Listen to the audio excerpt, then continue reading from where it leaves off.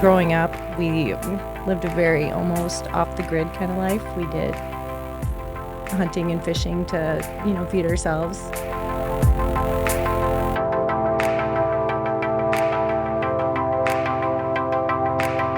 I just had the most inspiring conversation with Connie Jenkins. Connie told me about growing up in a remote part of Canada and all the skills she learned as a young girl that still serve her today, as she is a tough woman who can handle anything thrown at her. She's got a big heart, and I think you're going to really enjoy hearing from Connie Jenkins. Today, I am sitting with Connie Jenkins. I'm so excited to welcome you to the podcast because you are a badass woman. Thank you. Awesome. Who is showing us how it's done as a shift supervisor in Rhinelander. So, Connie, tell us about what you do, how long you've been with the company, and I've been with the company 7 years. Okay. I remember walking in for my interview with Mr. Cleary. He was our plant manager at the time. He did the usual interview questions, and then he asked me one that I didn't know how to answer. So I just answered it honestly. He said, "So, Connie, tell me what your weaknesses are." And I told him I didn't have any. Very matter of fact. Yeah. And he hired me right away. So, Good. yeah, I Yeah, thought that was awesome. awesome. Yeah. So, right from I wanted to be material handler, but he said that I should be in extrusion. So I just followed the lead. I didn't know what extrusion meant, and I thrived. I did very well. Obviously. My whole life, I've just done my best, no matter what it is. Yep. And so I've went from operator 1, 2, 3, and then got my shift lead. I had the opportunity to travel to a few different plants. I actually relocated to Blythewood for a short time. You did? I I didn't did. know that. Yeah. But I'm a northern girl. I need to ice fish and snowmobile. So I ended up coming back to Exactly. Rhinelander. Yeah. But just the confidence and the appreciation that the company has for me and my abilities is amazing. When I applied for this supervisor job and they told me I got it, I'm usually not shocked. I want things, I expect them, but I was blown away at the appreciation that I got, and getting the job was amazing. I've said amazing too many times. Can No. we say Well, cut? you know what I've noticed when I listen back on some of the podcasts, I say wow. Wow a lot. Like wow. So when I say wow, just go, Kathy, you're saying wow a lot. No, I So- like the word wow. It's a good Yeah. word. Yeah. So how long have you been a supervisor then, or I believe it'll be a year coming a up. year? Yes. Yes, ma'am. Yeah. Well, you're doing an awesome job at it. Thank you. I actually am the supervisor of the shift that I was on, Mm. and it was seamless. I had no issues with anybody. I think I'm less bossy now that I'm a supervisor than when I was a lead. Yeah. It has taught me a lot. It's definitely a different perspective. I just love my people. They're family, and it's been interesting to see things from a different perspective. It's more of a psychology kind of outlook, you know what I mean, to being with your shift. Everybody's different. Everybody has different outlooks. Everybody has different ways of learning. Anyway, just super proud to Yeah. be in this position. Well, I'm proud of you. Thank you. So tell me about living in Rhinelander, Wisconsin, or I know you live near there, I Eagle live- River, right? Yes, Eagle River. Uh-huh. Yeah, I love it. I actually live quite a ways out of Eagle River, so I live in the Nicolay Forest area. So we're surrounded by lakes. Yeah, So really out there. really out there. Yeah, which I like. I mean, we have tons of beaches, tons of lakes, tons of cross-country ski trails. It's just wonderful. So what are the outdoor activities that you like to do? There's so many. Okay, ice fishing, snowmobiling. I love hunting, regular fishing, just camping, swimming, kayaking. All So kinds you're a of real stuff. outdoors person. For sure. Yes. And then you played hockey? No No hockey. I lived in right. Canada. I dated a hockey player. Oh, okay. Well, that kind of counts, I guess. No. Yeah. No. Well, when I was in Canada, I did do curling. I was basketball, volleyball, badminton, all kinds of sports. Not hockey, though. I can skate, Yeah. So you're tough, I guess. tough woman. Yeah. So Tell me about growing up. You said you born in Canada. How long did you live in Canada? Well, I was actually born in the States, but my parents moved to Canada when I was a month old. Oh, They bought okay. a tourist resort out in the middle of nowhere. And Ah. so I lived there for 21 years. Well, not at the resort, but in Canada. Mm-hmm. Um, Growing up, we lived a very almost off the grid kind of life. We did hunting and fishing to, feed ourselves. Really? Yeah. And then my dad had a fly-in fishing outpost gig where he would fly people out to different remote lakes. Mm-hmm. And so we used to help him a lot with that. He taught me and my younger brother how to fly the airplane. We did all kinds of cool stuff. Really? Yes. So, so some kids learn how to, drive the tractor on the farm or, maybe drive the pickup truck around the farm. You flew a plane, Yeah, it was a 180 Cessna on floats. Yeah, it was cool. but your dad was always there to take Oh over. yeah, yeah, yeah. You didn't ever fly it alone or, No, no, no, no, no, no. I mean, he wouldn't touch the controls. He would be yeah, there just for backup. yeah. But yeah, I was really good at taking off. My brother was really good at landing. I said, "You better hope we're both in there if something happens to you." Sounds like you make a good team that way. Yeah. Yeah, it was a great childhood. But I loved being around people, so I couldn't wait to get out of that, very secluded lifestyle and see the world. So, So when you grew up in sort of that off the grid kind of did you go to a school? Were you homeschooled? oh, we went to school. It was 60 miles one way on a bus.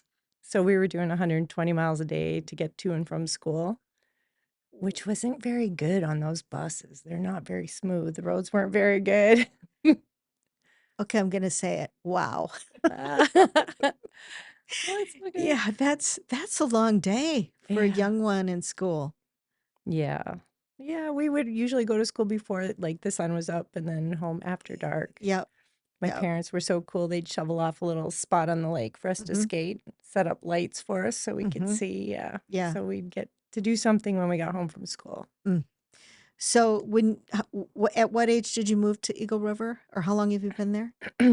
Well, I left home at like, I think I was 17, lived in Thunder Bay for a while, and then I think I moved to Were Eagle you River. just trying to find like the most remote places I that you don't could live?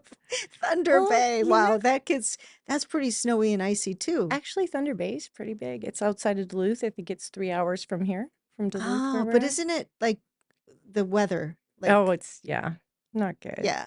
Well, I moved south. I came to Wisconsin. Oh my So I'm like, gosh. I Yes, yes. think I was 21 when I moved back to where my family was originally from. Mm-hmm. So yeah, I've been here ever since. I'm not telling you how long now. I've been here 30 years. I've Wow. been back in the States. Yeah. So tell me about your family. My mom actually, she moved back to the States also. She's in Wausau currently. Mm, My dad, he passed away 10 years ago, but he had lived the whole time in Canada from the time I was pretty much mm-hmm, born till 10 years ago. My brother, he actually lives in Three Lakes, which is a short distance from me now, which is cool because we're really good friends. mm-hmm. I have a 19-year-old son who is, my heart, my everything. So Yeah. he's doing very well. He's got expensive hobbies. He likes to snowmobile, motocross, all that stuff. So he Mm-hmm. works like crazy to support his own. He's in Rhinelander? No, he's in Eagle River. Oh, So, yeah. yep, Yeah, sorry. Yeah. yep. So actually, I have a lot of my family pretty close, considering where I grew up. Mm-hmm. There, we all moved back here together almost. It Mm-hmm. seems like so. Okay. So when you were growing up and living off the grid, so to speak, I know that's, how you phrased it. Um, was there was there a life you were dreaming about, or when you were a little girl, were you thinking, this is what I want to do? Ugh. Like a particular thing, a goal that you had, an aspiration? It's so it's really strange how we grew up. So I say off the grid, but we did have like I contact know, with I'm the kidding. outside world. I'm it was just I assume so, yeah. um, I don't know. I like looking back now. I would love to go back, but at the time, I'm very social. I wanted to meet all kinds of people, see different things. You know, um, I don't know. I just wanted to see the world. That's I loved where I was, but I knew there was more to see. So Yeah, yeah. No, that's cool. So, with your 19-year-old son, do you think he'll stay in the area? He's into all the same, like, outdoor things and I support anything he wants to do, but I'd love for him to stay close to me. yeah. It's hard when they grow up and move away. I know. Yeah, but it happens. So, your hobbies outside of like the sports thing, is there anything you like to do? Yes, I love art. I love to Hmm. paint. I love to make things. I love to redo furniture. I'm actually almost finished with my she shed. It is beautiful. A It's she shed. yes, Tell me about it's that. amazing. It's got like cathedral ceilings. I've got an old reclaimed barnwood beam in it. It's beautiful. So So this, so like I know what a she shed is, but for people who may not know, have heard that term, tell us what a she shed is. it's an area for just my stuff, my art stuff. It's all me. It's my Mm-hmm. art, my everything, my little tchotchkes, Mm-hmm. whatever. It's like a man cave only for women. Yes. Yes. Yes. No dead animal mounts are allowed in my she shed. Even though Mm, you're a hunter, Connie. yeah, but Yeah. there's enough of that in the house. I can just have my own little flowery, Yep. pretty art area. Yeah. And you built this yourself? I have not the whole building, but I've done all of the interior so far. So the drywall, the insulation, the painting. Mm, very nice. So you Yeah. go in there and you can paint and Yeah. just be alone. Yes. Your Yeah. rejuvenation space. I love it too. And when I start a little project, it'll be there when I come back. I don't have Yeah. to pack everything up and put it away. So I'm excited. So let's go back to being a shift supervisor. Yes, What do you like the most about leading people or being a leader? ma'am.